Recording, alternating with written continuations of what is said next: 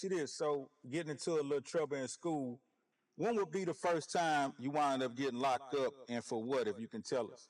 Uh, uh, well, I really started, my first time getting incarcerated was running away from home.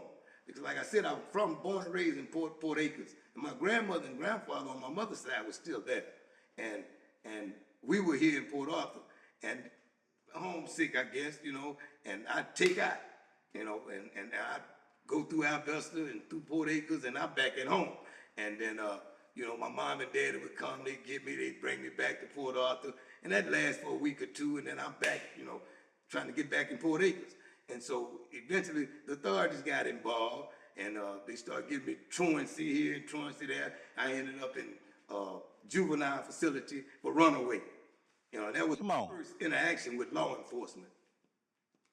So that was a charge back then? Oh yeah, oh yeah, oh yeah. That was a charge. And then truancy was a charge. They had an older good, Right. A man by the name of Getwood, and that I remember. was his job. He ride around all day long looking for kids that were skipping school.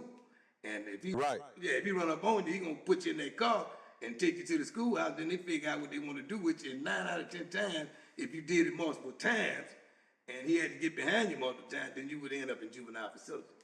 And both. I heard he used to pull over and whoop niggas. Oh yeah, oh yeah. Man, like I said, it was all like a family setting, right?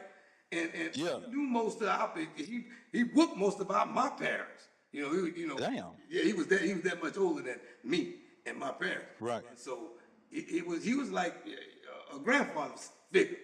Yeah, and he catch you, Okay. don't put that belt to you, and take you up and tell them people he whooped you. You know what I'm saying? Yeah. Right, right. So you say because you wasn't from town, which was Port Arthur, and you was from Port Acres, would you say like just being from a different side was helping you collide with different people in town? So that's why it was a lot of fighting going on, or what was provoking that? Well, being I was having to go to Booker T, right, on the west side, and I was living on the east side. And I hooked up with a lot of guys. At the time, you had Carpenters and you had Prince Hall, that projects that were already there and established, right? Families had been there Right. for years. And I hooked up with some friends, some guys in school that were actually from Prince Hall and Carpenters. And so after school, I'd walk that way with them. And then you had guys that was there that were like, where you going, man? Where you from? You can't come in here. And one thing led to another. The fist fights started, and I was pretty good at it. Yeah, them boys thought you ain't had nothing. Yeah, they thought that, man. But they learned fast. They learned fast. I heard you was out there kicking niggas' ass. Oh yeah, I was. I did a lot of that in Port Acres too, man. Cause out of the 5 boys, I was the oldest, and none Okay. of them were real big, but we were all muscular, and like I said, the older guys in Port Acres, a year or two older, they were all like brother figures, and we'd meet up in a place they called the backfield, play football. And I had older brothers, and a lot of them had older brothers that were my classmates. And we played football, touching it, lead tackle, and then one thing lead to another, and it lead to fighting. And Right. And I gained somewhat of a little reputation out there then. Yeah. Okay, so I heard that you was like damn near smaller than most of your opponents. Oh yeah. Yeah, you had to look long and hard to find somebody my size that I actually got in a physical confrontation with back in the Gap, well, all my life. Did you ever like train or anything? Like how did you get good with the hands like that? Yeah, after we moved to Port Arthur, I got involved with a boxing club. It was a Mexican guy, and he was good, Dick Menchaca. And the same gym that Ronnie Shields and GHoiwBpETIynrvmqknNzJg and G-Man, Harvey Garden, most of the people from this surrounding area went to that gym because at the time it was the only gym there. In Rivers, he was one of the trainers too. Okay, okay. So you said GHoiwBpETIyn. Didn't he become a prize fighter? He was a pro fighter, and just not him, but Ronnie Shields too. Both of them they turned pro, and they actually had pro fights. Well, I think Ronnie lost to Hagler, and Come on. yeah, Marvin Hagler. and no, Poppy lost to Hagler. With Pacific Sip, yeah. Hagler, and I think Ronnie lost to Sugar Ray. Come on, man. Oh yeah, they were contenders, man. #1 contenders. You know, they just never they didn't get over the hump and get the belt, but they were both of them contenders. You know. So right now, Ronnie, he training, right? Yeah, he got a couple of good fighters right there in Houston right now. Do he have the Cholo boys or? I think he got a gym in Houston, but I think he is training the Cholo brothers. Okay, okay, hell yeah, that's what it is.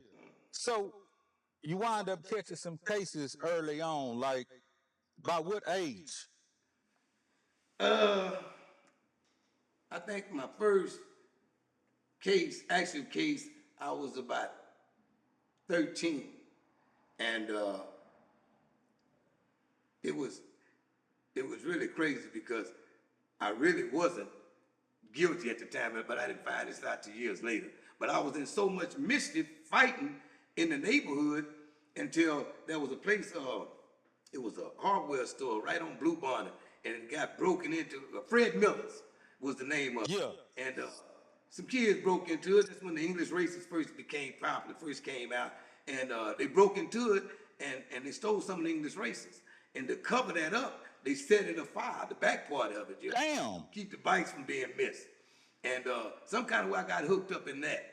And they came to my grandmother's house. I was staying on 17 in Richmond at the time. My grandparents had moved after the flood in Port Acres in 72. Everything was destroyed. All of the houses were destroyed, most of them anyway. My grandmother and grandfather moved to Port Arthur, and they got the house there. And so I was right there in that neighborhood. And with my history, you know, they got me. They arrested me. And I ended up going there. They sent me to a boys ranch in Alvin, Texas. And it was my 8th grade year, never forget it. And I was the only black on the ranch. And Damn. yeah, me and one Mexican guy, you know what I'm saying? And everybody else was white. And we went to a school, and it was predominantly all whites, a few Mexicans, but it was 3 blacks.